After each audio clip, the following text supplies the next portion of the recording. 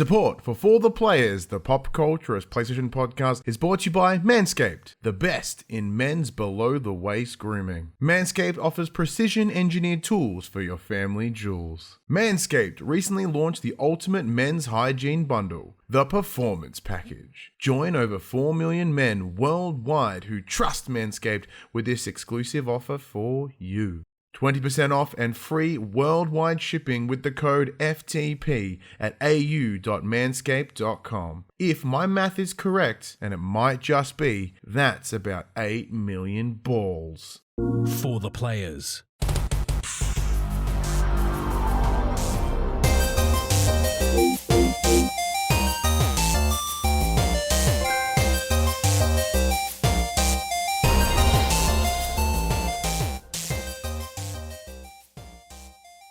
I'm Ryan Betson. I'm Max Cooper. And this is For the Players, the pop culturist PlayStation podcast. With over 40 years of playing PlayStation and 10 plus years, that games meaning mum, and thank you for joining us in this PlayStation conversation. This PlayStation conversation happens every Monday morning at 8 a.m. on podcast services, including Apple Podcasts and Spotify, and 9 a.m. on those YouTubes. If you'd like to take part in future conversations with us, you can. Come and check out our socials. Facebook, Discord, Instagram, and Twitter. All of those links can be found in the description below. If you want to join us as the conversation happens, head over to twitch.tv/thepopcultures, where you can watch us record this show live, where you can jump in the chat and become part of the show. If you want to support the show, you can. Tell your friends, tell your family about this PlayStation pod. If you are listening on podcast services, sure to give us a 5-star rating and a written review. If you are listening on YouTube, sure to like, subscribe, comment below. I endeavor to answer every single comment. For the next part. If you want to support us financially, you can by heading over to patreon.com/thepopculturist, as well as our merchandise store, popculturist.com/shop, where you can buy shirts and other assorted shit with our logos on it. Or you can help support the brands that help support us, just like Manscaped. So if you head over to au.manscaped.com, use the promo code FTP, save yourself 20% off and get free worldwide shipping. We'll have more to say about that later. How are you, my friend? Not too bad. Not too bad. You were saying before you've got a bit of a sick household. Your child is being a bit cranky. Yeah, so we went out for our family flu shot on Friday, as one does. It was originally just Ali and I had booked in to get ours done, and they're like, "Hey, is there a reason why you're not getting your kid done?" And we're like, "Well, is she too young for a flu shot? Like, what's the dealio?" They're like, "No, as long as she's over a year old, she can have the flu shot. She'll just need another one in 4 weeks' time as like a booster type thing." We're like, "Yep, cool, no worries." So we all took the jab, and now Hadley's got a runny nose. So I was up with her all night last night. Gross. Because she was tossing and turning because she still likes to sleep with the dummy in. So she was like choking herself out. She can't breathe through her mouth and can't breathe through her nose. So she kept waking up, and it wasn't fun. It's never fun having a sick kid. No, not at all. I mean, it's not fun being sick yourself, but it's worse when your kid's sick. Yeah, it's mostly because I think we talked about this before. Like, they didn't realize. They just don't. They're just like, why can't I do the things I want to do? The things I normally do, I can't do. Dad, what the fuck is this? I mean, she's been pretty good. Like, every time she needs her nose wiped, she'll come up and be like, get a tissue and wipe her nose. So at least she's at that stage where she's like, I have to clean this up because otherwise it's going to get nasty. But, well, seeing is like, when you go to like daycares, kids are just like fucking gushing snot down their face. It's like, bleh, like not even giving a poo. So to have Hadley go, yes, for me to dab my schnoz is a vast improvement compared to most children. So I've been asleep all day, pretty much. So, which is good because I got to work tonight. That's good. See, I have had probably the most broken sleep I've had in a very long time over the last week, and maybe last week, maybe before, I don't know. I think I talked about it last week, but I don't recall. So there's something in my fucking roof. So originally I thought it was mice, and it was mice because I heard them squeaking like fucks. So we carpet bomb. I think I talked about this, but I think I talked about this. We carpet bombed the roof with bait, and I'm pretty sure I heard them die because there was like hard screaming, and it felt good in my heart. But over the last week, he's just gonna destroy us next week. Yeah. But yeah, over the last week, things have gotten a little bit louder up there. And as I've been driving around town at night, I'm seeing a couple of dead possums on the side of the road. I'm seeing some possums activities hanging off the power lines and stuff. And there's possums on my roof. Just not bury the lead. I'm pretty sure there's a possum in my roof because what could be mice is too loud. It sounds like there's a Shetland pony galloping around my roof. It's bad. Or it could be 3 mice in a trench coat, is what you're saying. Yeah, it could be. It could be 3 mice in a trench coat. It's very possible because it is loud as shit. So I hit up my real estate agent and I was like, "Hey, look, I don't know what's going on in my roof. It's either mice or it's a possum. I've baited the roof in case it's mice, but if it's a possum, they can cause a lot of damage. What do you need me to do? Like, is this something that I should look at? Is it something that you guys look at?" And they're like, "Hey, if it's mice, you just got to do what you got to do. If it's not, or we'll send someone out to have a look, and we'll go from there." Yeah. The dude looked up in the roof. He's like, "That roof is tight as fuck, like because it's like a really sharp point, so there's not a lot of room in there to move." He goes, "Look, the best I could do is I whipped a bunch of bait everywhere. It doesn't look like I can see mice droppings in the roof. So yes, you've had mice there." I'm like, "Well, I knew that." He goes, "I'm not seeing any. Like, it's difficult to see if there's a break-in point for the possums, etc."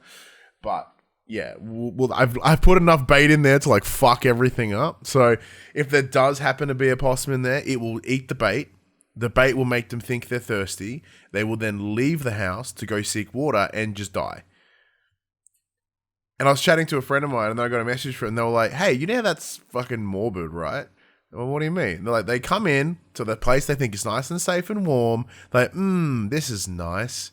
Then they leave, and they go, "Ooh, I'm thirsty. I'm going to get a drink." And they go outside and go, and there's a fucking die. Like, well, if you look at it that way, yeah, but it's not in my house, so I don't care. So, and then today, my big task, I got up early-ish, recorded a show. So I recorded a guest spot on the DualSense podcast. So they're another PlayStation podcast based out of the US. Go check them out. They themselves just hit 100 episodes as we celebrate 250 or 8 years of the PopC. They've hit 100, so that was pretty cool. Then I was like, I'm gonna go up on the roof now. So while it's starting to rain, it's a bit windy. Here I'm hacking this giant bush that's at the front of my house because I'm pretty sure that's how they get in. And as I pull the fucking bush down, there's those little possum nesty things in there. I'm like, "You fuckers, you were in this bush. I goddamn knew it." So I poked the fucking nest a whole lot and disrupted them. I'm the alpha possum here. That's what I needed to make sure that my dominance was known. It was asserted. This house has room for one possum, and that possum is me. And granted, I didn't fall off the roof, which is an improvement, especially as someone who has a pretty good fear of heights. But thankfully, I planned it out just nicely. So when I got up onto the roof, my Ritalin had kicked in hard enough that my normal anxiety response for heights kind of not there. My brain was able to rationalize, going, "Yes, heights are scary, but you are fine." I'm like, "I am fine." And then I hacked the fuck out of a bush, and then I realized that I don't have the appropriate tools because they've got real thick branches or whatever. So I just hacked as much as I could, and now I've got to go to Bunnings and buy a saw and probably get some scaffolding because I can tack. And then I was like, "All right, cool. Ooh, it's starting to rain a bit heavy. I probably should get down." So as I turn around, I realize on the other side of my house is this another fucking tree. Looks just as intense as the one I'm just hacking. I'm like, God damn it. I'm going to have to hack that tree too. And it's not even fucking green bin. Look at me listing off my first world problems. It's not even the green bin. I just filled the green bin with lawn trimming because I cut my lawn for the first time in a month. So I'm like, I got this fucking tree. What do I do? Can I burn it off? Nah. Turns out you can't burn shit in residential properties, which makes sense. But it's inconvenient to me right now with a giant stack of fucking bush that I need to get rid of. That's my week. It's actually kind of, that's not my week. That's just my day.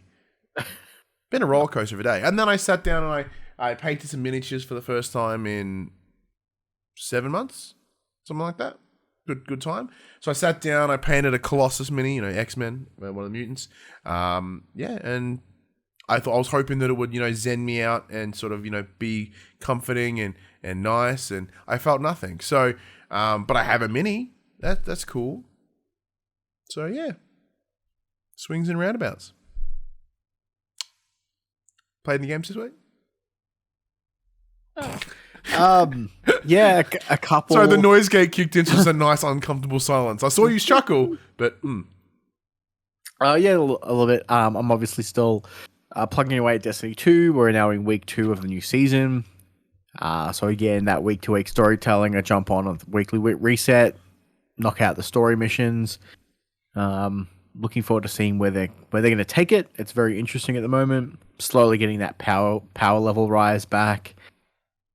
Doing all that stuff. I'm still doing the Diablo 2 grind for seasonal content there. I jumped into Diablo Immortal this week. That's on PC now. Mobile and PC. See, this is insane because I could have sworn that game was out already. It's fine. If you're a fan of Diablo 3, this is very similar to that. Well, you love Diablo 3. Yeah. It's kind of predatory in its pay-to-win aspects.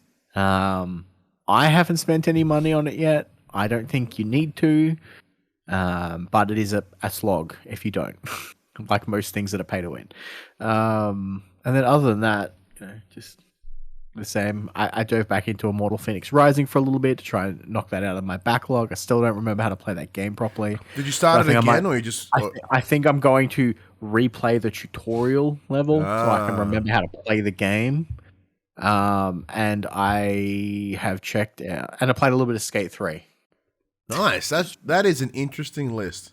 Just for old time's sake. Much like I said last week, Sniper Elite has just completely fallen off my radar because the ballistic nut shots have kind of just not as funny as they were. Did it desensitize you real quick? You're like, I've lost interest now. Yeah, pretty much. That's not good. Which is a shame.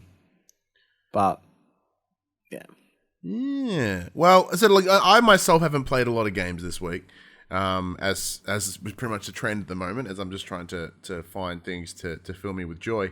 So like I did boot up the console, and I was like, So I played a little bit of this game called Game Dev Story. So it's this. I originally played it on my phone. It's by this company called Kairosoft, and they essentially do these cool little mobile like tycoon sort of games. I played a handful in my time. Like there was like a Grand Prix story where you had to create like a little racing team. There's Game Dev Story, which is the one all about creating a game dev studio. There's like a farm game version. There's like a mall version. There's a bunch of them. They all kind of play on the exact same aesthetic, but they're fun. They're mindless. I bought it yonks ago with the idea that I'd probably stream it. Never did. I was like, fuck it, I'll play it now. So I jumped into that for a little bit. I was like, oh yeah, cool. And I started to get back into the motions and remembering that. And it was a good kind of checkout experiences, which is what I have normally used those games for. So that was that was a good bit of fun. I think I did a little bit of Red Dead again. I think I did have a look at the sale in terms of the days of play, and although it's no longer on sale now, which bums me out because I was going to buy it. There was that Disney collection, they had like the Lion King and the Aladdin game. Yeah. I think I talked about it last week. Did I? Yeah. Maybe? Yeah. I did end up picking it up, and I regret it because now I want to play it now that I can't play it. But yeah, it's a bummer. But like, yeah, as I said, like this week, once again, I've not really been playing as many games as I want. I just can't seem to find the pull to sit and play. I mostly have just been in this like end of the day vegetative state where I've just sit and absorb a bunch of pointless fucking YouTube. Or I've decided to rewatch that 70s show. Bold strategy. It is a good strategy because it's a fucking good show. It is a good show. Yeah, like even though like there are some questionable things, like Fez as a character is a little rapey, but overall it's still a really good show, and it's still very well written and it's very funny. Because what inspired me was like the announcement of that 90s show where they're going to essentially soft reboot it in them in their 30s. I think I talked about this as well. This is how little anything has happened in my world. It's just me seeing where I can go in the next day. Well, I mean, I caught up on TV this week. I ended up watching all of Kenobi, or what's out of Kenobi, and same with The Boys on Amazon. Yeah, how is the Kenobis? It's not bad. Yeah. See, I haven't watched it yet because I know which one of the... Because like, the problem that I have is I want to consume something, but I don't want to have to fucking think about it because my brain just won't let me at the moment, right? So even then, like Prison Break, one of the shows that I love endlessly, I was like, let's watch Prison Break again. I got 2 episodes in and went, oh, this nuts. Wanted me to think I can't do this. And like knowing, like having, because I wanted something that I'd seen before that I could still just kind of watch mindlessly. But yeah, like the idea of watching Kenobi right now and I have no idea and I have to think about it, I'm like, At least I've been putting off Stranger Things because I know Ali's like, maybe I should watch Stranger Things. And I'm like, well, let's rewatch it from the start because I don't remember what is going on. I have never seen it. I've seen, I think, maybe the first episode. 'Cause remember the opening was really cool. But I have a feeling that it's going to be a while because she's just started her yearly rewatch of Gilmore Girls. So. Oh shit! Now I could get in on that. Which she started without me. Oh man! So Millie, my ex-wife, she loves Gilmore Girls, and when I remember when we first got together X amount of years ago, like I'm like, because she loves action movies and like all these things that aren't Gilmore Girls. Right, and I'm sitting there and I'm watching it. I'm like, how are you enjoying this show? This A, is not like anything you ever watch, and 2, no one talks like this. It's good, but and then I hated it originally because it was. But you know, she did the same thing. She almost had like a 8 monthly year. You know, so she get like once every, twice, 2 times every, 3 times every 2 years. And sure enough, I'd watch enough episodes here and there to get the gist of it. And next thing you know, I'm sitting there, I'm watching it, and I've pretty much watched the entire series front to back. It's collectively, and yeah, Gilmore Girls. It's a show that doesn't wear you down. I don't think that's the right word, but like, eventually you get there, and I did. I got super emotionally invested, and like, Rory, selfish little girl, like she's too spoilt for her own good, and I really quite like the idea of the Netflix series, A Day in the Life, sort of hinting the idea that the entire series is made up. It's like that's her written version of what it was, because at the end of the Day in the Life, she hands over the script for what would be the Gilmore Girls, because it's amazing how everything just goes incredibly well for her through the whole series. Like, that's unrealistic.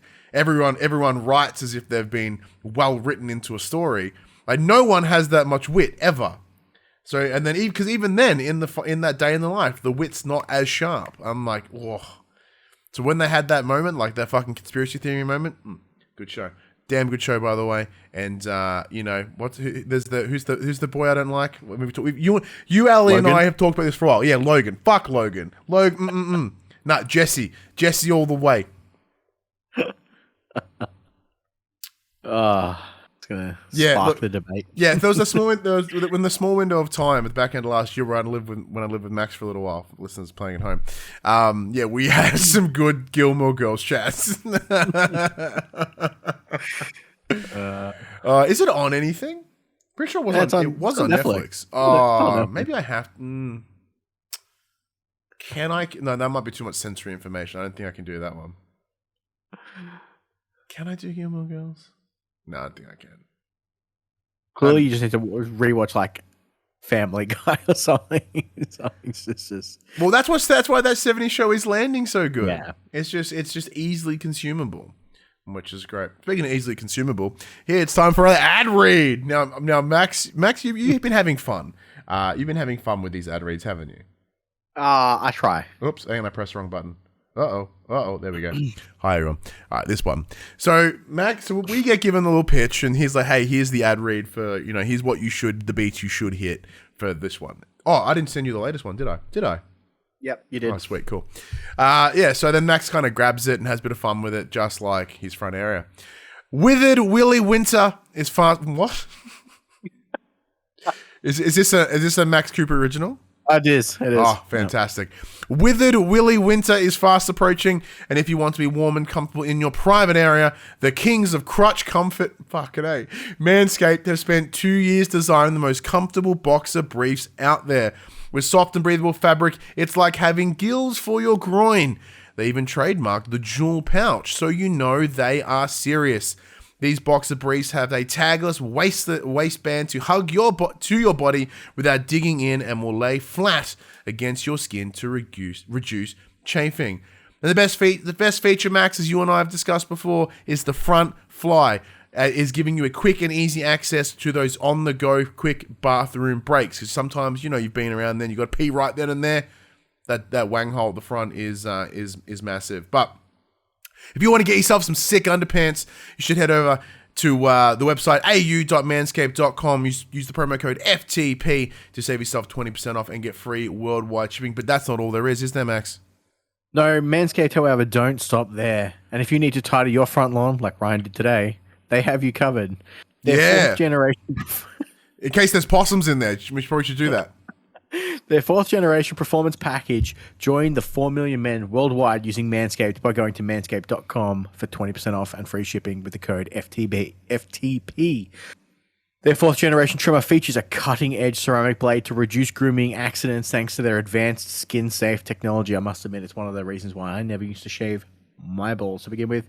I cut my face on a regular basis. Why would I want to go near? These are not steady hands. Yeah, no, trying to paint minis again today. I'm like, oh no, because my blood sugar was all fucked. I'm like, oh no. And luckily, I wasn't trimming my balls, so it worked out well. It also gives you the ability to turn on the 4000 LED spotlight on and off when needed for a more precise shave. Plus, it's waterproof. You can mow, rain or shine. Which is handy, because when I lost power the other day, I was like, man, if only I got nothing else left to do, I might have a shower and shave my balls. And I could, thanks to that sweet 4000K LED light. The Performance Package 4.0 also includes the Weed Whacker to chop your worst weeds up top your nose and your ears. These nose and ear hair trimmer uses the 9,000 RPM motor powered 360-degree rotary dual blade system. It is the most used device in my package. In your house. I've got some nasty nose. Provides using their proprietary skin safe technology, which help prevents nicks, snags, and tugs in those delicate holes. Manscaped has also moved beyond your down under by releasing their ultra premium collection.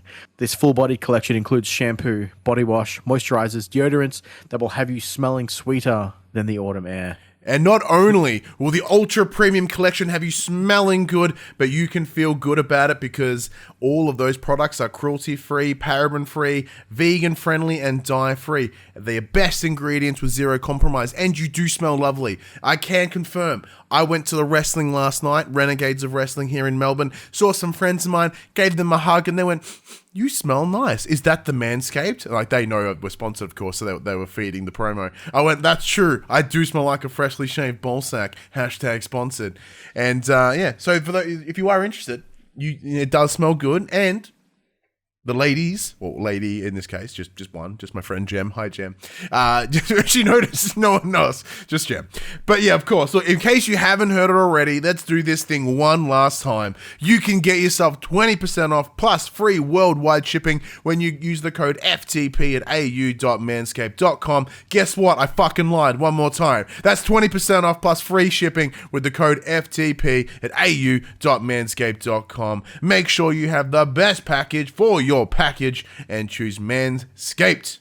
Your balls will thank you. Look, your balls weren't the biggest thing that we all witnessed this week, Max. There was something bigger, something more intense, and it was only about half an hour long. And that was the PlayStation State of Play. I'm just going to fucking grab it. I'm just like that ball bag. I'm just going to grab it and run with it.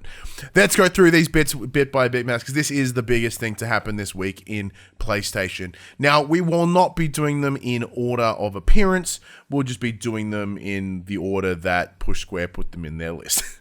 Because we had a list and we realized that list missed some things. We're like, fuck. So we just pulled up Push Square. But the show did, in fact, open with this. It was the official announcement of the Resident Evil 4 remake. It is coming to PS5, not PS4, PS5 in March of 2023. March 24th, I believe the day was.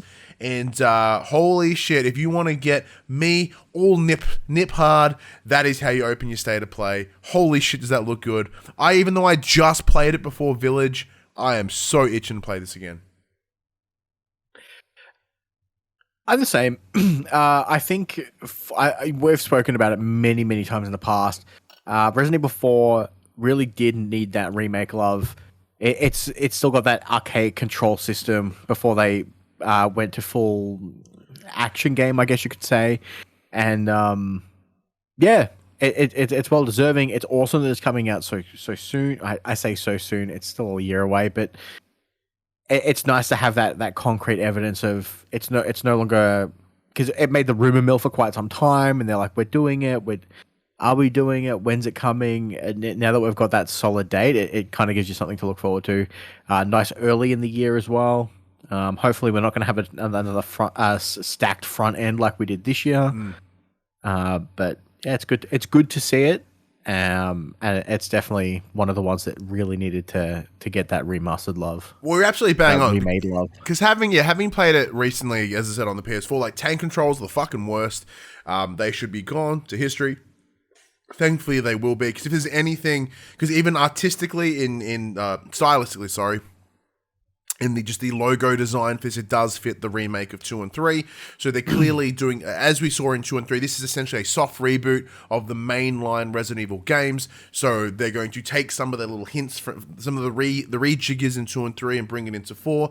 Now in 3, we did see those cool little creature thingies that, the infected zombie thingies that come out of the head when you blew them off that were known for Lost Targets. Yeah. So from 4, so they're already hinting at that a 4 remake was coming, which is awesome. Looking at this trailer, it looks great. It looks sharp. It looks awesome. So it stylistically looks very similar. We still see Leon Kennedy with that same jacket, the same haircut, like all those little details. It appears not to be as brown and gray as the original, which is cool. Like I did like the decisions that were made originally to have it sort of be that color palette, but to have some sort of depth, especially when we're looking at, we have high dynamic range and potentially ray tracing, etc., there is a lot more room to have interesting colors. And, even though Village was very, grays and dark and grimy as well, it still had a lot of, good light and reflective to it. So it didn't feel as dank, as the kids say. No one says that anymore. But, yeah, look, 4 looks great. Super, super keen. Super keen, and I cannot wait. They did also announce, that it will have some PSVR 2 support, not entirely, just some PSVR support. This is interesting because right now, over on the Oculus, they do have Resident Evil 4 completely playable in VR. So it's interesting that that's not coming across, because that one isn't a remaster or a remake, it's just a rejigger into VR. So I presume they're essentially saying, hey, the Resident Evil 4 remake is not the same as the other one, therefore it won't come in full VR. Keeping that Resident Evil train running, though, they did announce that Resident Evil Village will be getting full PSVR 2 support. So in the same way that Resident Evil 7 is playable front to back in VR, they're doing the same here with Village, but with some minor adjustments. So one of the things you'll notice when you see the trailer, it does have independent hand movement. So you'll be using the new PlayStation Sense controls or whatever they've decided to call it. I think that's what they called it. Sense controllers? Yeah, it checks out. Yeah, so unlike Resident Evil 7, which you still had to play with the controller and you aimed with your head, at least in this way, you'll have free full body movement. So you're able to, go stab canisters, be freaked out by that giant baby, and ogle giant vampire lady. I will think probably one of the things people will notice, especially Capcom, when they look at the back end of the game, they'll notice that people mostly only play the first area in VR, and they just kind of look at the Lady Dimitrescu, and they never see the rest of the game in VR. There's just going to be a lot of people with uncomfortable boners in VR headsets. Will you play this in VR, Max? Yeah. Yeah, I'm going to play it 100%. Like I said, when I got to play 7 in VR at EV Expo, I think it was completely life-changing. But this is even better again. I cannot wait. I really enjoyed Village. I believe it was my game of the year last year. Year before? Last year? When the fuck did that game come out? I will tell you. I'm pretty sure it was 2020. It was 2021 because 2020 was Last of Us. Yeah, so it came out last year. Game of the year last year. Awesome. If I can play it again, totally keen. Yeah, back end of 2020. No, that's not it. No, it was early 2021. Got delayed into the March. I'll tell you, it was 2nd of May 2021. Bingo. Yeah, so that's interesting. So obviously, looking back at Resident Evil 4, they have essentially been doing yearly releases of Resident Evil. Excuse me. So Resident Evil 4 coming out next year. Looks like there's no Resi game this year, but that's okay. The whole pandemic. But this is obviously PSVR 2. Now, we still have no release date. We still have never really seen it in action. It's just only in theory. But, yeah. Do you have any thoughts before we jump into more PSVR 2 things? Do you have any? No, there'll be a lot of... I think I agree with you. There'll be a lot of people who play the first section in VR, get their Lady D on, and then peace out, because there's some weird, grotesque body horror nonsense going on after that, and that may be too much for a face-on preview. Yeah, look, see, that's the thing for me. Like, I forgot about the whole baby thing. So, I wasn't until, like, friend of the show, Kieran Verbouge, from Press Start and Well Played tweeted, goes, oh, yeah, remember that giant baby thing? I went, oh, no. Oh, fuck. That dollhouse is going to be horrible in VR. I can't wait to play it. Speaking of PSVR 2, though, that's one of the big things to come out of the show. Let's dive into some of those things. First of all was Horizon Call of the Mountain. Let's see a little bit more of its gameplay. It looks so we've seen that it is a sort of a side story. You're not playing as Aloy, you're playing as somebody else. What do you think? Playing as Beloy. Yeah. Full disclosure, I did not see this trailer. So I because the State of Play launched at what was it, like 8 a.m. Friday? Yeah. I had just worked an 8-hour overnight shift and I could not stay awake till 8 a.m. so I fell asleep. And then I got up and kind of watched one of those, like, instead of just watching the State of Play, I watched one of those like recap videos of here's everything that was launched. And mine came with none of the VR stuff. So I haven't actually seen this. All right, well then I can run you through it. So you'll have to run me through it. We did originally see Horizon Call the Mountain a little while ago, and they essentially showed this section where you're on a boat and you're going through the river and you get to see a giant tall neck, and it looked really fucking cool. So one of the big fears coming out of that original trailer was that this is going to be an on the rails experience. Now, what this trailer doesn't alleviate those fears. So there are big parts of this trailer where it's very similar. It's where it looks like you're on rails, which is not entirely a bad thing. But if you want a game that is of high fidelity, that is really a show of spectacle, you want there to be an on the rails section. Because, like, an example, Max, you and I both played Skyrim VR. It looked like the PS3 version. It was gross. The idea of an entire open world in VR seems really fun, but it's too it's too demanding. It will not deliver the way it should. But with an on-the-rails experience, they can tell you what to look at. They can show you. They can really show the full potential of VR. Because an example I was talking about today is, like Job Simulator, right? Because you're essentially in a meter by meter square, and then you can just fuck with everything around you. When they lock you in, it actually makes the VR experience better. So with this, there were some things that did sort of step outside of that boat or that rail experience. You see yourself, using the two little climbing hooks, kind of like Tomb Raider. So you get to climb up a wall, so to add a bit of scale. You slide down a rope using said hook. There's bows and arrows, which makes sense as well, seeing as that's a big, massive part of Horizon. Not for you, because you just like stabbing shit.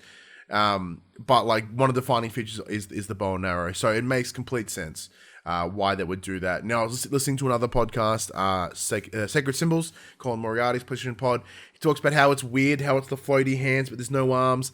Nah, the amount of VR games where they try to put the arms in and they don't work well and they clip into each other, the floaty hands is the most viable way to go about it.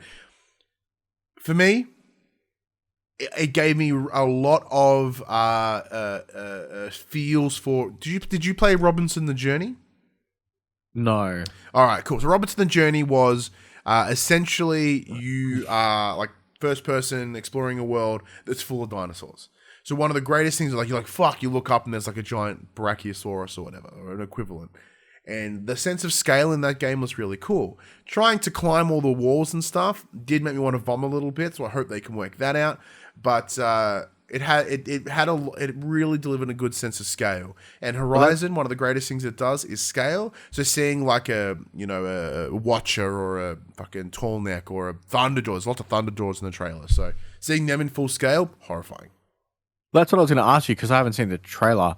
Does it look gamey or does it more look like those recent Assassin's Creed virtual tour things where you're kind of just going through an environment and exploring the world, but it's not so much of you're playing a game, you're kind of just going through the motions? No, there is gameplay to it, yeah. In the same way, it's like, so I think the way I'm seeing it is that, you're on rails in this boat, then you get to an area like a platform, and then on that platform you'll shoot some arrows, and then you'll jump on the rope and slide down to another platform. Like the way I see it, like having not played it, of course, none of us have, or even having really big knowledge, it looks as if it's very purposeful and very timed locations. Like why you're traveling on this rail is so you can see this. You're standing on this platform so you can use the bow and arrow, and then you slide across the rope to see the sense of scale, and then you'll stop at another platform and probably do it again. I'm trying to think of a game to sort of compare it to outside of Robinson the Journey for scale, but look, I'm still going to play it. I am confident that this is a release game. This is a day one-er for for PSVR. Haven't they said it was a launch title for PSVR? Well, they said the launch title can also be the first 3 months, right? Like this, I think this will be day and date number one. There was a couple other things that came out for PSVR 2. They mentioned that No Man's Sky is getting a PSVR 2 version. Now we know it's playable right now in standard PSVR on your PS4, but that game didn't run all that rad at the time on PSVR. So having the scope of PSVR 2 should be pretty cool. Because, like in terms of the experience, like sitting in the cockpit, rocking out, it's awesome. It's so cool. To be able to have that in higher fidelity, better frame rates, etc. Can't see why not. One of the other things they showed off was The Walking Dead Saints and Sinners Part 2, which is a sequel to the previous Walking Dead Saints and Sinners. This one's coming to PSVR and PSVR 2. So cross-gen VR experience. Did you ever check this out? Vaguely. I think I played it at someone's house once. From your vague memory, did it tickle your fancy? Yeah, it's not too bad. I think it was one of those weird try and cash in on the IP style games. Yeah, but I think it has done really, really well. Like if you look at those PSVR charts, I think it's like pretty successfully a big hitter, like a lot. Yeah, for sure. So like maybe that'll certainly work to its advantage, and obviously there's a demand for a sequel. And that thing is, most games barely get one version in VR, let alone a sequel. So yeah. Next up, let's just go with this one: Marvel Spider-Man. So the only two things to come out of the PlayStation first party studios was the Call of the Mountain, which showcased Fire Sprite for the first time. Mm-hmm. Here, Marvel Spider-Man, we see the Insomniac splash, and we also see the Nixus splash. So for the first time, Nixus has popped up in a state of play. And as you know, they're working on PC ports because Marvel Spider-Man Remastered and Miles Morales are coming to PC this August 12th to be exact. This is nothing but good news. That's good. It's nice to see that. It's nice to see that Nixus is that their investment in Nixus is finally, bringing fruit to bearing fruit. It's good for it's at that stage where we know those two titles are coming to the new PlayStation Plus service, the extra and premium tiers. So we know that they're probably not going to sell many more copies of that in the PlayStation ecosystem. So move it over to PC, share the love, get more money. Well, there's a couple of things here. So like you are bang on. Like they've sold 20 million units of Spider-Man. There is no one left. There is very few people left that would buy this, right? So the idea, so every sale that they have from here on out on PC is just extra money, and that extra money. So the way I talked about this in the episode of the DualSense podcast, I guess on this morning, there are ways you can look at this, right? If you want to be a big PlayStation fanboy about it, like, oh no, oh my beloved PlayStation console exclusives are coming to PC. Pfft, who cares, right? The answer is this is good news. Because what this does, this funds the console exclusive games that you want. Because as I said, everything that comes of there, if you know, in the last financial call, which we didn't really touch upon, PlayStation mentioned that they are wanting to make about $300 million within the next fiscal year just from PC alone. Previously, they made about $80 million on Death Stranding, Days Gone, God of War, and Horizon Forbidden West. Spider-Man is how you get there. Yeah. That is going to be huge. Absolutely huge. But, you know, people can, like, get up all hand, you know, all they want. But, like, this will... Sony need to diversify their income streams, right? And in that same financial call, they talked about how they're focused on live service games, and that's kind of a big part of what they want to do moving forward. Things like this ensure that Sony don't have to rely on live service games like every other publisher out there. If they can put this stuff on PC, that will help fund the games and experiences that we want. And they go, well, Sony won't have to, they won't go, oh man, the live services aren't doing well, we're going to have to double down on this. Like, no, we've still got money over here, we can test things over here, we can, you know, it's not bad news, people. It's not bad news. It's nothing but good news. I can promise you that. Speaking of news for those that fans of Dead Space, Callisto Protocol popped up. Coming to PS5 and PS4. It is the spiritual successor to Dead Space, made by the same gentleman who was there. Having data for December is great. A good game to back end the year with, and especially with the Dead Space Remax, almost called it, remake coming in early next year. Yeah, so it's December 2nd. Yeah, so right at the front end. It looks bad. The trailer looked cool. It is very Dead Spacey. It's very dark. It's very filled with spooks. Awesome that it's coming out so soon, because that game went completely quiet from when it was first announced way back on the PlayStation 5 showcase, like way back before it was even launched, and then it just went completely radio silent. There was some news, I think it was last week or the week before, where they're like, hey, this is no longer part of the PUBG universe. Like, oh, yeah, good, because we all forgot anyway, so it worked out well. So yeah, it is cool that it's coming out. It's a solid back end game. Yeah, but on this baffled me in the same way that, like, hey, how did they happen to release 2 Volcano movies in the 90s? What the fuck was with that? On the back of Roller Champions dropping last week, in the State of Play, they announced what is it called? Rollerdrone. It's essentially like Tony Hawk's Pro Skater mixed with some shooting in cell shaded. So this is by the team of Roll 7, makers of Oli Oli World. Did nothing for me at all. I thought it looked cool. No. Really? Not a thing. Man, I thought it looked awesome. All I saw was someone on rollerblades and a lot of empty space. It's a skater shooter. Yeah. Nah. Well, okay. Well, you tell me what you think, because I was not impressed. I mean, obviously, you kind of summed it up. There was a lot of empty space, but it looked interesting enough to want me, like, to get me to check it out. I mean, the game comes out on the 16th of August, so it's not far away, and it's just it. When I first saw it, it had the vibes of Jet Set Radio, yeah, with guns, and I'm like, oh, this could be interesting. Could be terrible. Like, it may not work, but it could be interesting. And on the back end of, like you said, Roller Champions coming out last week, I'm neglected to mention that I have actually been playing that. Oh, how is it? It's kind of fun. Okay. Dumb, but fun. Yeah, that's kind of fun. If you get a laggy server, though, it's fucked. You can't play. But Yeah, it looks interesting enough to get me to check it out.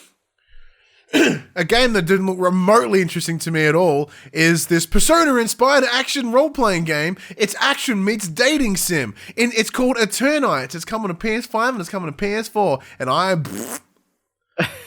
So the second that this trailer this popped up, right, it's this guy getting his arm hacked off and he gets some power energy. I'm like, this is about to get some weeb shit. And it did. It got so weeby. Then a bunch of rad guitar kicked in, so I got a little bit more invested.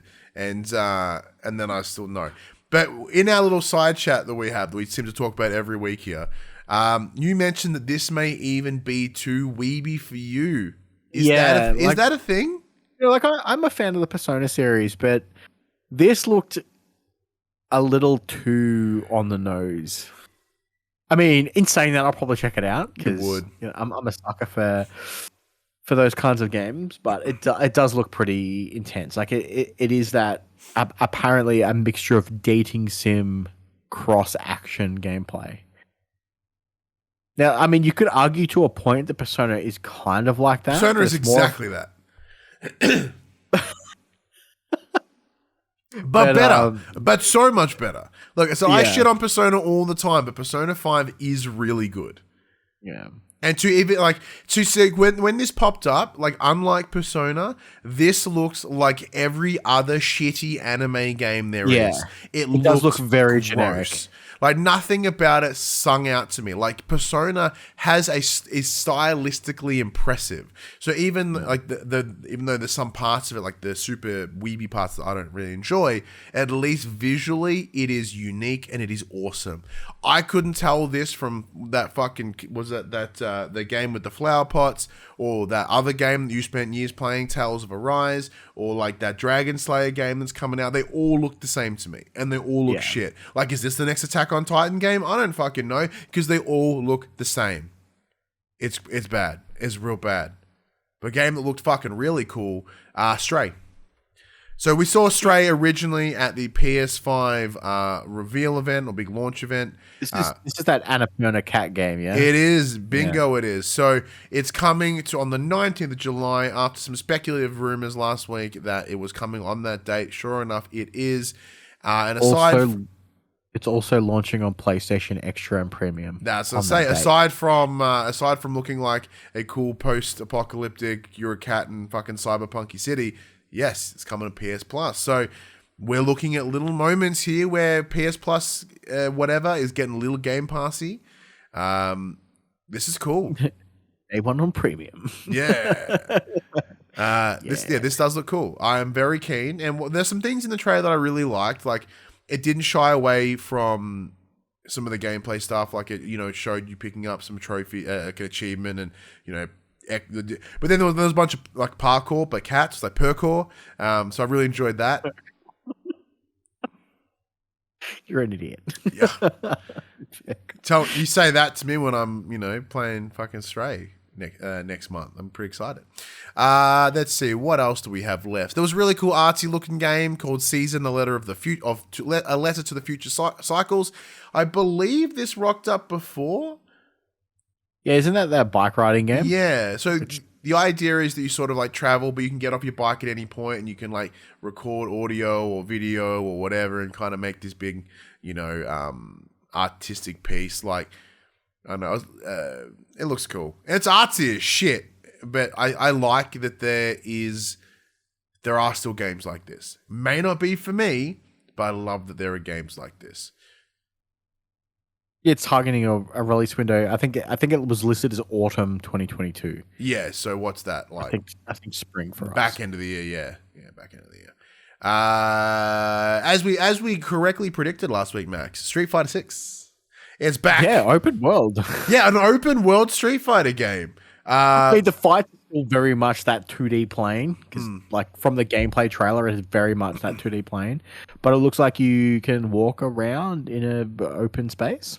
Yeah, so it looks like they're taking all the inspiration from those fucking Dragon Ball Z games, and you can now, play Tony Hawk's Proving Ground, but with Capcom and Street Fighter. Look, I've never been a Street Fighter guy. I really enjoyed some, like that kind of opening shot when they had like the city and it's all graffiti and stuff, even the Capcom logo or graffiti. I'm like, this looks cool. I don't know what this is. It looks cool. And then Street Fighter, I was like, oh, okay, cool. But yeah, not for me. There's something about Street Fighter that I've always been a Tekken guy, whether it be the more hyper realistic look of Tekken, the more of the 3D space. Where I always find the movements in Street Fighter to be really kind of sharp and like you don't get to see the full motion of the swing. It's like 1, 2, and then unless you see that full motion, it for me it feels really juddery, I guess.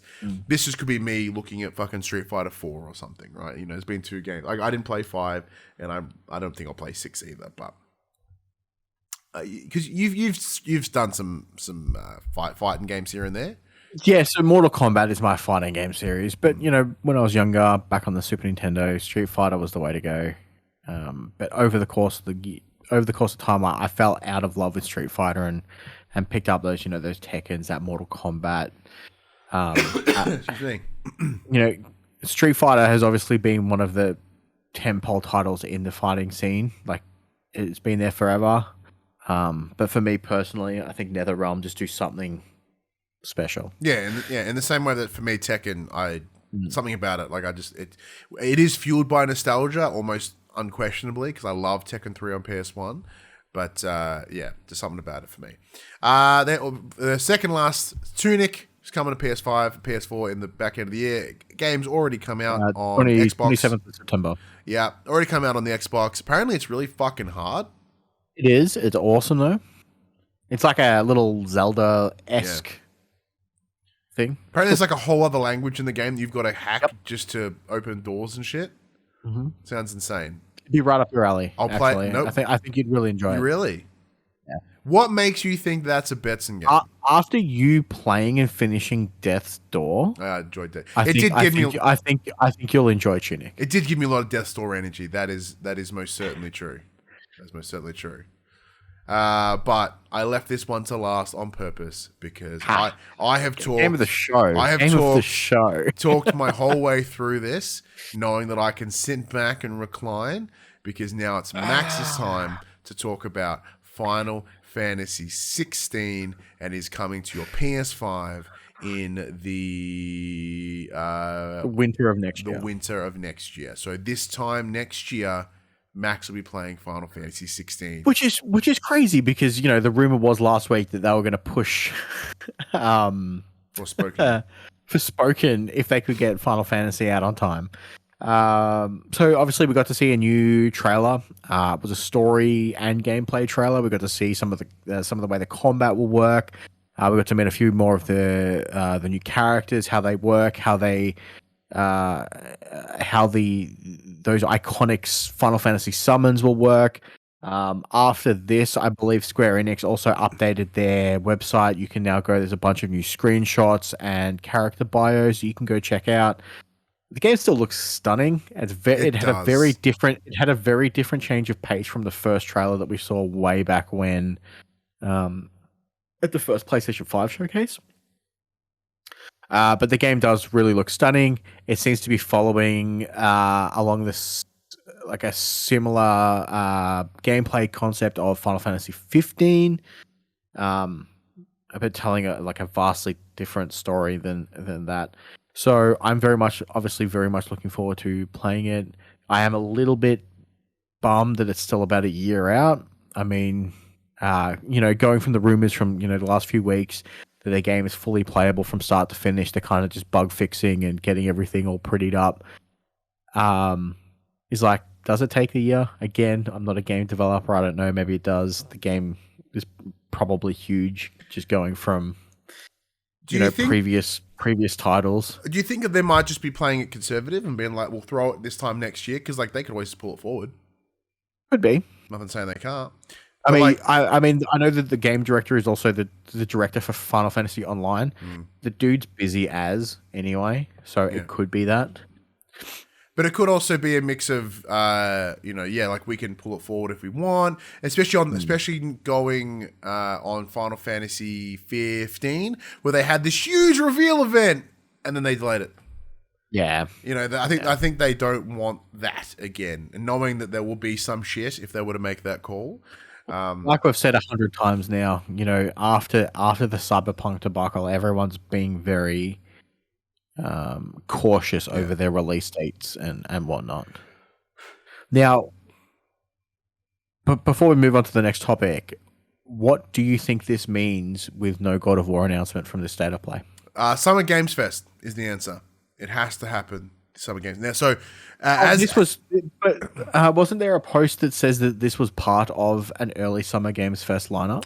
Yes, but there is still that big Keighley event that kind of touches on everything. I know, but do you really think that Sony would want their big IP draw to not be announced at their own showcase? Yes, but there's a couple things like, look, admittedly, this is me. I'm like fully going in on this because I'm still under the impression that it's not coming out this year. Is me holding out all the hope in the world, because if it's not if they don't announce shit this next week, I will die, literally.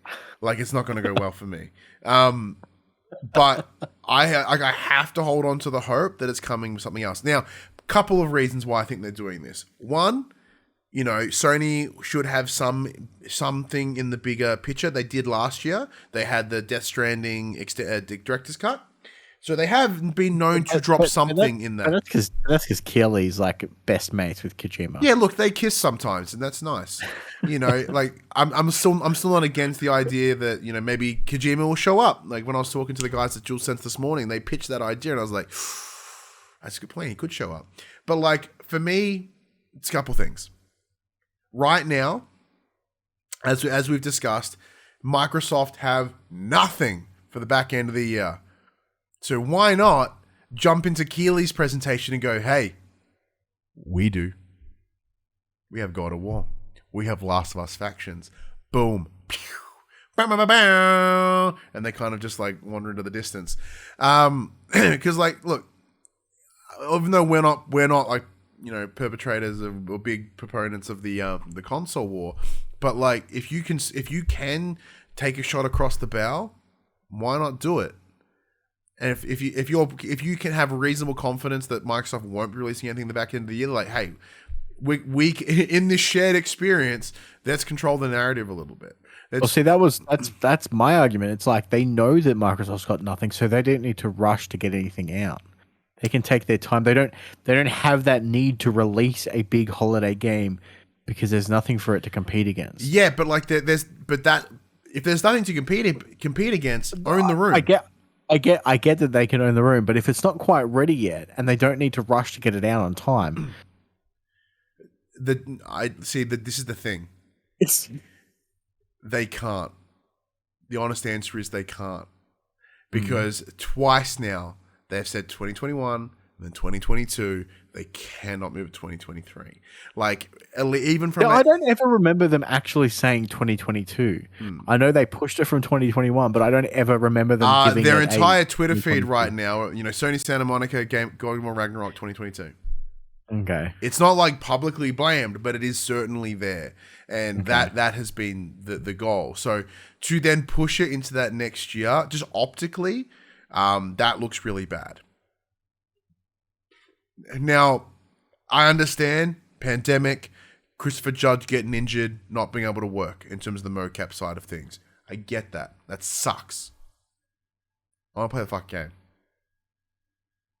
And if they don't announce it this week, then I have no idea. It's not good. It's not looking good.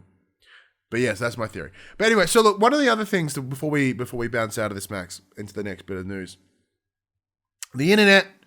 The big collective belief is that this is one of the best state of plays ever. Do you agree? Or is the best state of play? I don't think it's the best. It has been one of the better ones. Yeah. It also does help that they've had the last few lots of state of plays from memory have been very indie focused, very smaller titles. To see those big bombastic releases in like Final Fantasy, Resident Evil, all the PSVR stuff does give the PlayStation fan a bit of an extra oomph. So it's one of their better ones. Is it their best? No, I don't think so. Yeah, and I completely agree. Everyone's like, oh, but like I think It's been the best in recent history. Yeah, it has. It certainly has. The best but like that's the point. This is recency bias. This is because it's right now, and because the next 8 months are pretty quiet. Aside from a couple of key releases, everyone's just itching for news. It's been quiet, man. So the idea of something's coming, they're like, oh, something's coming. PlayStation showed it to me. Oh, this is the best day to play in the world. Look, because outside, if we have a look at that list, let me pull up that list. Where'd it go? I'll just use the one that you made. Very little in here is shit we didn't know about. Resident Evil 4 Remake's been rumored for years. I think it was 2016 was the first we heard of them wanting to remake it. Stray, we saw before. Spider-Man, we assumed it was coming. I didn't think it was going to be this soon, but it is. Street Fighter 6, we knew about it. Village getting VR, cool. Final FantasyXVI, knew about it. Rollerdrone's new, still don't care. Tunic, on another console. Callisto Protocol, something we already knew. Season, something we've already seen. Enternights, brand new, trash. Horizon Call of the Mountain, new. We've already seen it. There is nothing genuinely game-breaking in here. Like, there is nothing that makes you want to drop your pants. It is just shit that we've already seen reaffirmed. Now, am I cynical? Yes. Yes, I am. Unquestionably. But it is not the best one. Because nothing that Sony, I don't think, will ever do will beat the year that they announced fucking Days Gone, that they announced God of War, they announced Batman Arkham VR. And I think The Last of Us Part 2, they did that 1 year. That 1 year at E3 where they fucking blew it apart. That was 2016, I think. Amazing. That is the best announcement thing that PlayStation have done, at least in the history that I've had there. And no state of play has come close.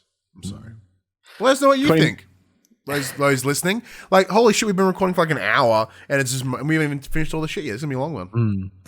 20 million and counting. Sony Interactive Entertainment has revealed that it has now sold more than 20 million PS5 consoles worldwide. As reported by GamesIndustry.biz, the platform holder has reached this figure not long after its financial reports in early May. Industry analyst Daniel Ahmad has posted the following sales comparisons between PS5 and PS4 to give some perspective. For reference, the PS4 sold 20 million units in 15 months and 14 days. That's 471 days. The PlayStation 5 hit 20 million units after 18 months and 22 days, or 568 days. So there's about 90-day window between them hitting that 20 million unit mark. It's not too bad for like no one being able to get one. And we're in the middle of a pandemic. There's been supply shortages, and not a bad effort. Yeah, for allegedly no one being able to get one. If they've been able to do it in almost the same time frame. Okay. I mean, to be fair, no one could get PlayStation 4s either. Bingo. I mean, I got my PS4 9 months after the damn thing launched. Yeah. Yeah. Yeah. But look, that is 100%, great news if you're into the business side of things, especially on the back of like, we talked about last week, the idea of did we talk about last week? I don't know what you're going to talk about. With TCL talking about the PS4 Pro. Yeah. That's not fucking happening. It's in the same way that people think PSVR 2 is coming out early next year. It ain't happening. But according to a reliable supply chain analyst, Ming Chi Kao, Sony intends to manufacture 1.5 million PSVR 2 headsets for the second half of this year. The TF International Securities employee noted, however, that the virtual reality device could ultimately drop in early 2023, depending on the, quote, development schedule, end quote, of game titles. Sony intends to have more than 20, quote, major launch titles available for PSVR 2. Now, Max, everyone's like, it's coming early next year. It's certainly possible. We've seen what happens when a console gets launched in like Q1. With the Switch, there's nothing out there. It gets decimated. They win. But Sony have a history. They want to launch shit at the back end of the year in October. Right now, if they come out and announce PSVR 2 available March next year, the entire conversation will be, I don't have a PS5 yet. Why the fuck would I buy a PSVR 2?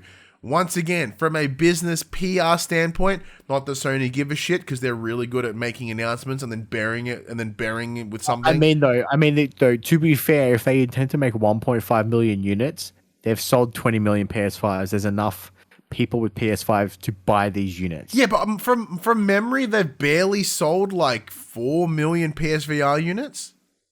Barely. And like that's an install base of 100 and 120 plus million consoles. Yeah.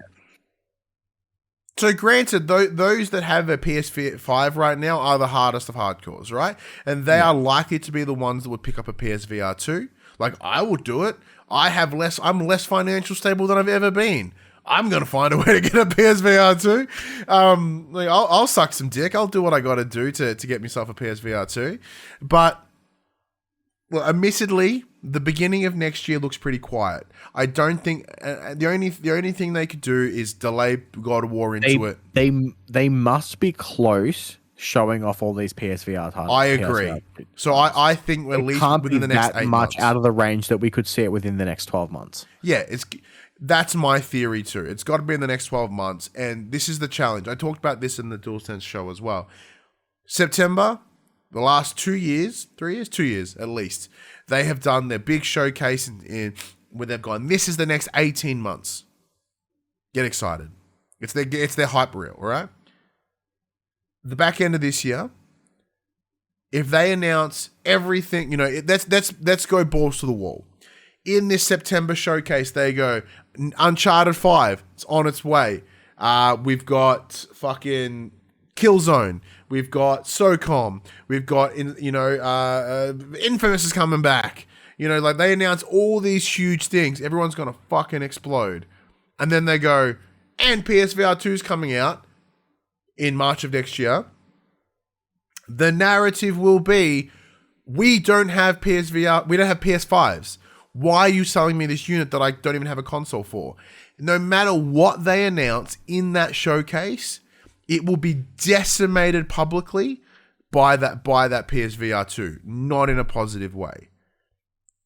So I think until they can at least somewhat stabilize the supply needs for the PS5, they're going to have to hold off.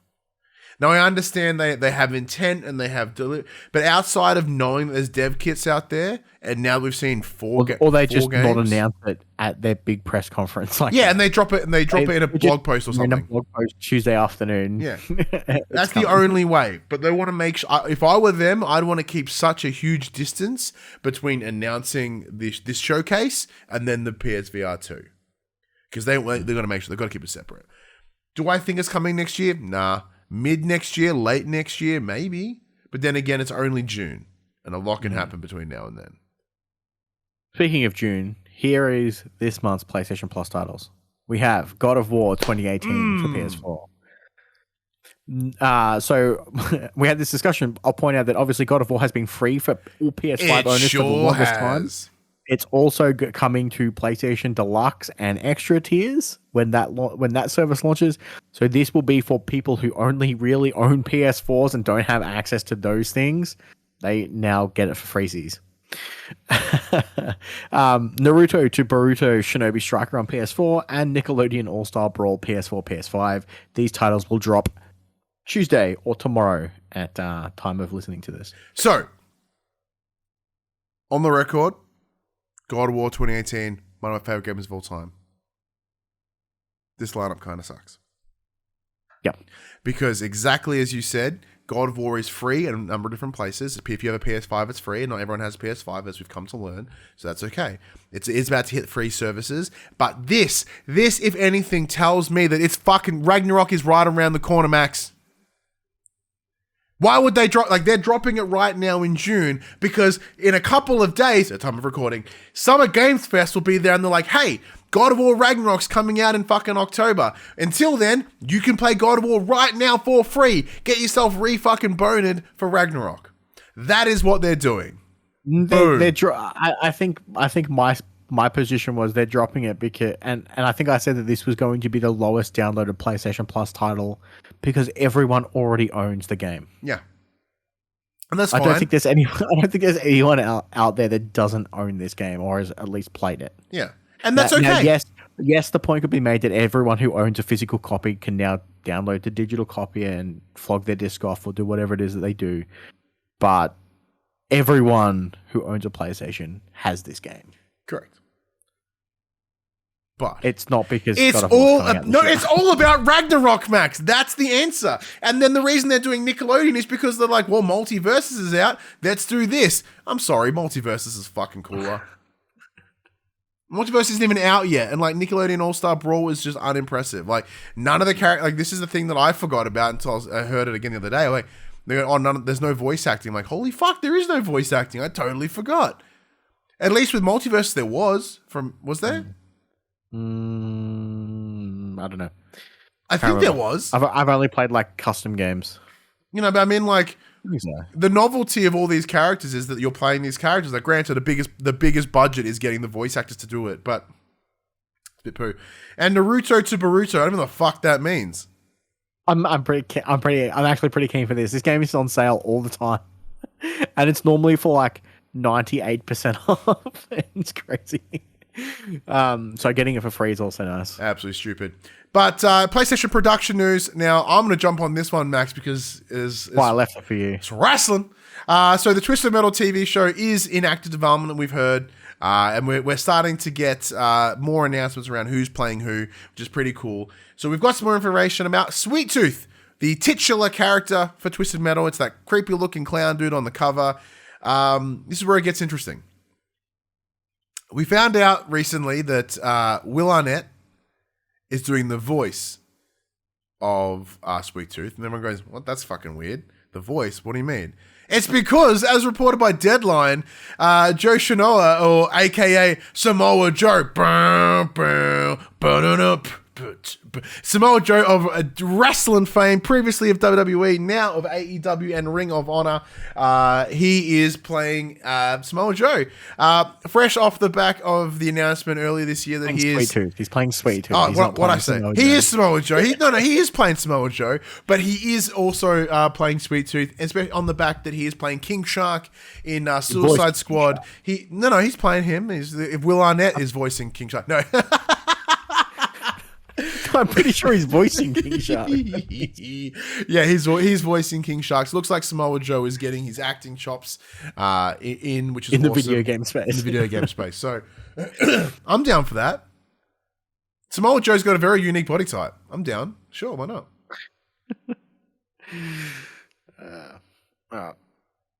Evo, Sony, and Epic. Everyone knows that milliseconds matter in fighting games, and the reality is that the vast majority of us wouldn't notice input lag unless it's especially aggressive. But when you're playing fighting games at a professional level, it's a very big problem. Sony is one of the co-owners of the popular Evo fighting game tournament and will want to run games on PlayStation hardware, but the PS5 in particular has added significantly more input latency than its competitor in the Xbox, especially in titles powered by Unreal Engine. It's a problem that all parties are coming together to fix. So writing on the tournament's official Twitter account, it's confirmed that Evo, PlayStation, and Unreal Engine makers Epic Games are all collaborating on an input latency fix for, quote, many of your favorite games. Please expect more updates to follow as Evo works towards a more responsive future for the fighting game community. Okay. I mean, it makes sense. If they're part owners in a fighting game tournament, they would want fighting games to run well on their hardware. Makes sense. And they're just don't at the moment, which is a shame. Yeah. So it's nice to see that the trio are working together to help alleviate those issues. It makes sense. Like, you know, it's once again, like with Sony having investment in both Epic and in Evo, that's like, well, now kiss. You know, that's just kind of like... You know, they're essentially arranged marriage. They're just taking their own hand. Yeah, it is. It's like, look at us working together. It's like, it's just you. I'm like, it is. And that's all right. Cool. It's for those who like fighting games. That's mad. QUICKBITS! Summer Games Fest is just around the corner, and with over 30 devs and publishers have signed up. So if you head over to Press Start, there is a big list of all the conferences as they're happening. They're all happening at stupid AM, so I'll watch them in the next morning. At work. Yeah, well, you get to watch me work, so that's exciting for you. I'm sure I'll wake up to a series of messages from you with information. Dontnod Entertainment, previously known for Life is Strange, they want you to know that they still don't nod because they have previously gone under Don't Nod, one word, DONTNOD. They have since updated it this week to DON''T space NOD. For those that were I was looking at you reading this with Don't Nod becoming Don't Nod. yeah, it's all in the emphasis, and it's interesting. But like, okay, sure, why not? But Ubisoft and EA will also be doing their showcases later in this year instead of this week with everybody else. Ubisoft got a whole not lot to talk about. EA just trying to sell themselves right now. They're busy. I hear Skull and Bones is still in development. Well, Singapore, like the Singapore government have financial investment. They've got to make it happen. I know this one got some people also excited. Me, didn't care. Dragon Age also didn't care. Dreadwolf is the official name for the fourth entry. It looks like the graphic looks like Tiny Tina's Wonderlands mixed with Super Blood Dragon or whatever the fuck from Far Cry. Don't care. It's Devolver Digital has teased it's no doubt Dangerously Daft Direct for the 9th of June, and it's only going to be fucking awesome. Upcoming titles for this week, we have on the 7th of June, Spellforce 3 Reforced PS5, 8th of June, Noel the Mortal Fate, PS4, 9th of June, Arcade Archives, Motos, PS4, and Squarekeeper PS5, and on the 10th of June, we have Metal Max Xeno Reborn on PS4, and the big one, The Quarry, coming to PS5 and PS4. Boom! So we got confirmation this week. So we will be provided a review copy from the lovely team over at 2KANZ. So Max and I will be playing that. We may even be doing some streams. Mm-hmm. Yes, that'd be pretty cool. Yeah, it's been a long time. If Ryan's internet's working, which is why we're not streaming. Well, it hasn't dropped out today. It hasn't dropped out this entire call. Because we're not streaming. So hopefully that's an improvement. Maybe my hacking of the possum bush has assisted in my internet because the internet cable runs right through it. So we've had no drop off. That's an improvement. That's a good sign. Neck minute stream dies. Yeah. So Max and I will hopefully play some local co-op singers. Online multiplayer ain't a thing at the moment. Additionally, in the near future, Max and I will be recording an episode of More the Players. The what was going to be a more frequent event that we just fucking didn't do because we got lazy and my brain just didn't want me to exist. So like I've not really put a lot of focus into doing some more the players. However, we'll be joined by our friend Kat of Hear Us Scream, the anthology of voices of horror. She's a friend, a great friend of ours, and also a big horror movie enthusiast. So to have her come in and break down the horror movies games I can't wait. I absolutely cannot wait. I might re-download Until Dawn this week and give that another playthrough in the lead up to the oddly enough, Until Dawn is probably a good idea, especially because it's fucking supermassive. But like for some reason, House of Ashes just got updated on my PlayStation. Mm. So maybe there'll be a big trailer for the next one this week. Maybe they fixed her face. Yeah, that's fucking weird. So I still want to finish that at some point. So maybe I'll play that this week. I'll think about it. I'll try. Probably I won't, but I'll think about it. But yeah, Quarry I'm itching for. Yeah, that is right around the corner. Hopefully the code. When's it come out again? 7th? 10th. Oh, that's like I thought it was Tuesday. I was so itchy. Friday. Thursday. Friday. All right, well Thursday, Friday? I don't know, it's the 5th at time of recording, so that would make it Friday. Yeah, what, the 10th? Yeah, next Friday. So maybe next Friday night you and I will do a stream. Play some Quarry. Or depending on when we get it. Maybe we get it earlier, maybe we can do it earlier. Ooh. Fancy. Anyways, thank you everyone for joining us this week in this extended episode of For the Players as we talk about the state of play and another bunch of random nonsense. Thank you. As we say each and every week, time is the greatest thing that you can give to someone. So thank you so much for once again choosing to spend that time listening to us, watching us, having us in your ear holes. It never goes unappreciated. As we said at the start of the show, this week or last week when this goes live marks the 8th year from when Josh Saunders and I sat down for the first time at 94.7 The Pulse, the local radio station here in Geelong, and we did the first ever recording of the Pop Culturists. When we did our first run as a radio show, and then we merged and did some work with another company, and then we went solo, and then that's how we ended up getting like For the Players and Young and the Wrestlers and Popcorn Spoilers and all the other stories that we did over the years. But yeah, 8 years.